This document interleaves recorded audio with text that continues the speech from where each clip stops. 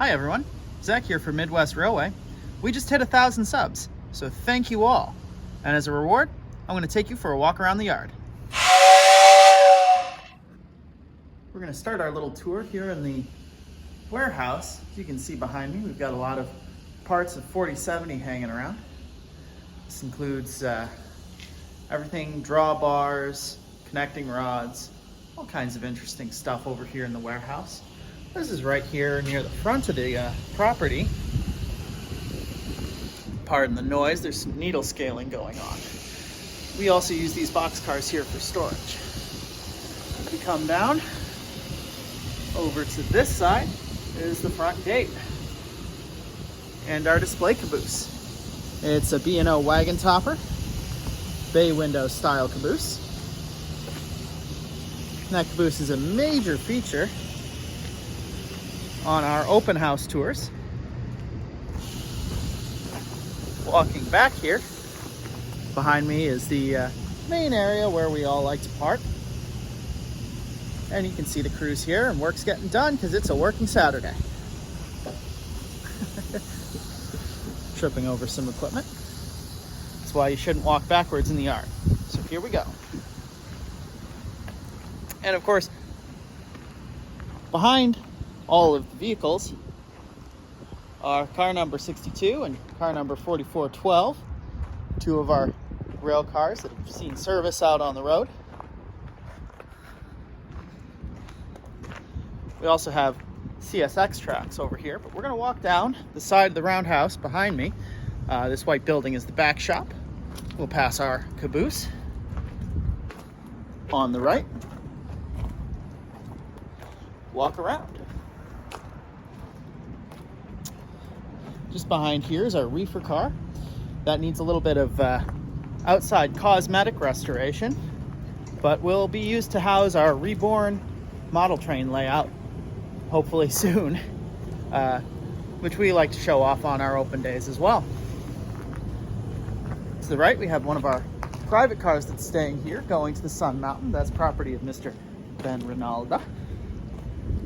And behind it is the America, which is our premier car for private leases, Amtrak, all that kind of stuff. So if you're interested, reach out to us about that. As we come to the head end, or rather the tail end, of America here, pass you around, you can see we're in front of the Roundhouse. Have a few more caboose over yonder. We also have the storage tracks. Now, out here in the storage tracks, we have car number 90, which is just back in from a lease, got in a couple weeks ago. And number 123 hooked to that. It's our Alco RS3, which is our heavy duty switcher around here.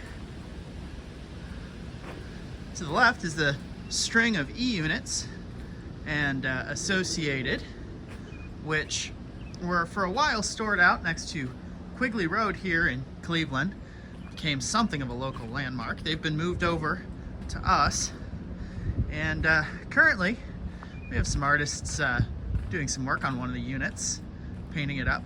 People are probably familiar with Charlie's Good Vibes locomotive. Well, we've got some more street art, if you like, going on.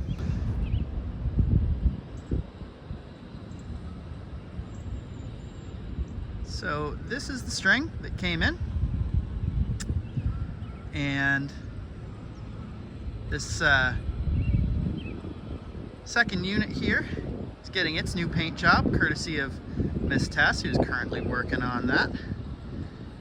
The Send Peace, Send Love, Good Vibes locomotive, courtesy of Charlie Malta, aka the Juice Man, got a lot of love and attention. We'll take a little walk down and look at the baggage cars in more detail.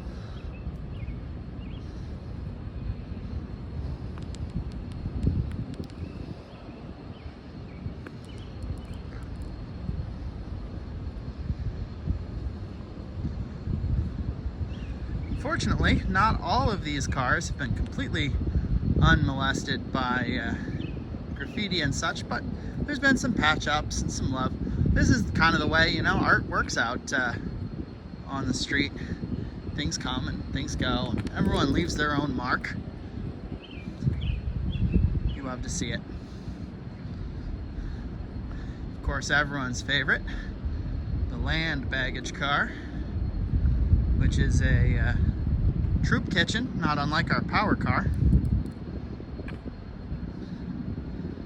I know there's people out there who've taken pictures with this, so if y'all want to link to that, let us know. And in the back we have our Amtrak twin diner set. We're gonna walk up along here and look at the different cars that we have right now.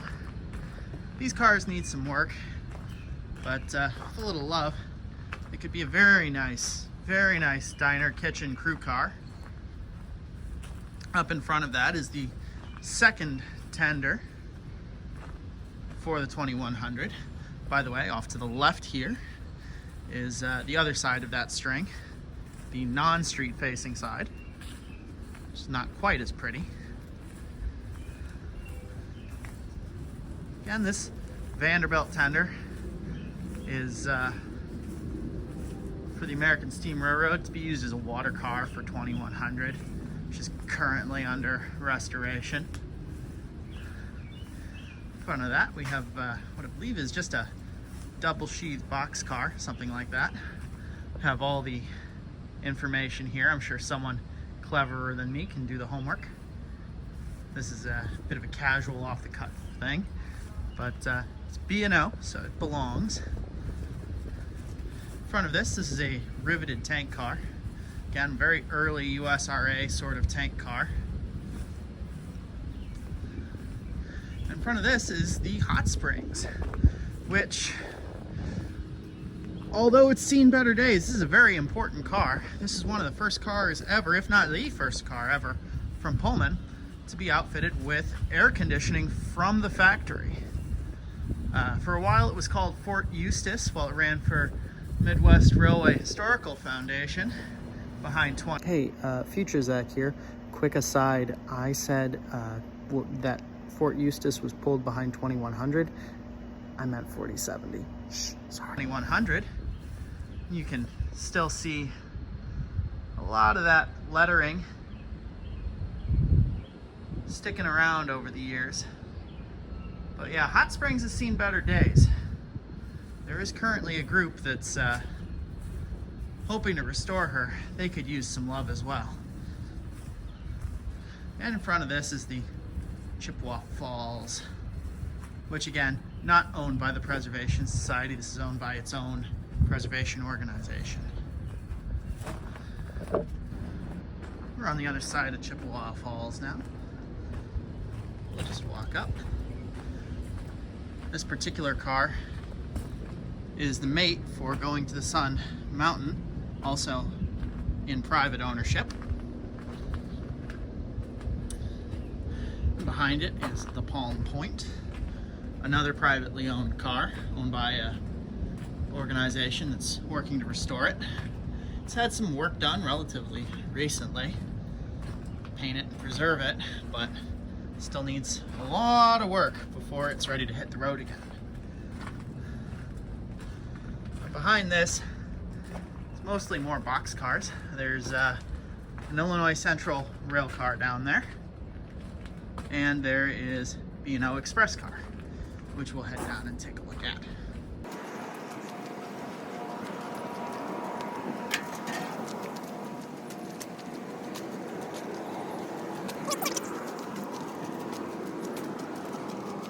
This particular boxcar here is somewhat interesting. It is former AC and Y.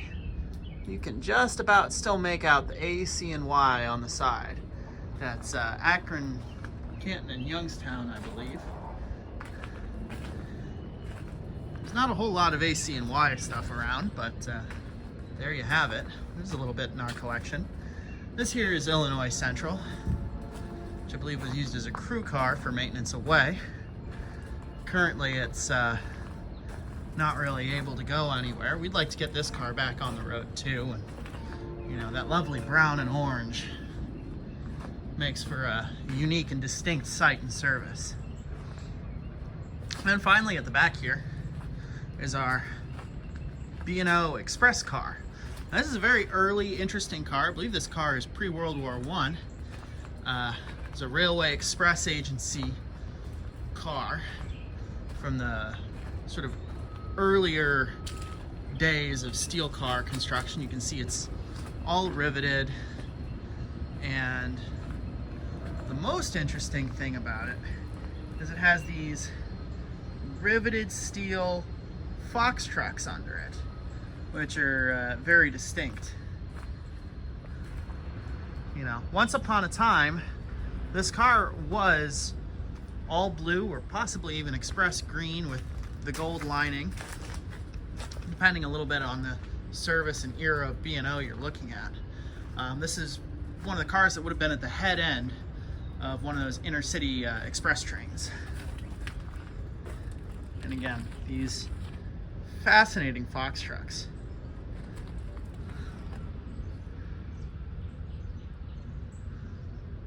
We're hoping to produce a series of videos talking more about all of the pieces of our collection in specific, so we're not going to go into the details of anything right now. This has just been kind of a quick video, walking around the yard and showing you all what's out here.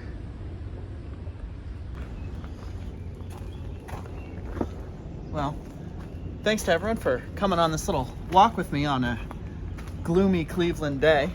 We really appreciate every one of you subscribers. We're looking to grow this YouTube channel and keep everyone informed about what's going on here at the Preservation Society.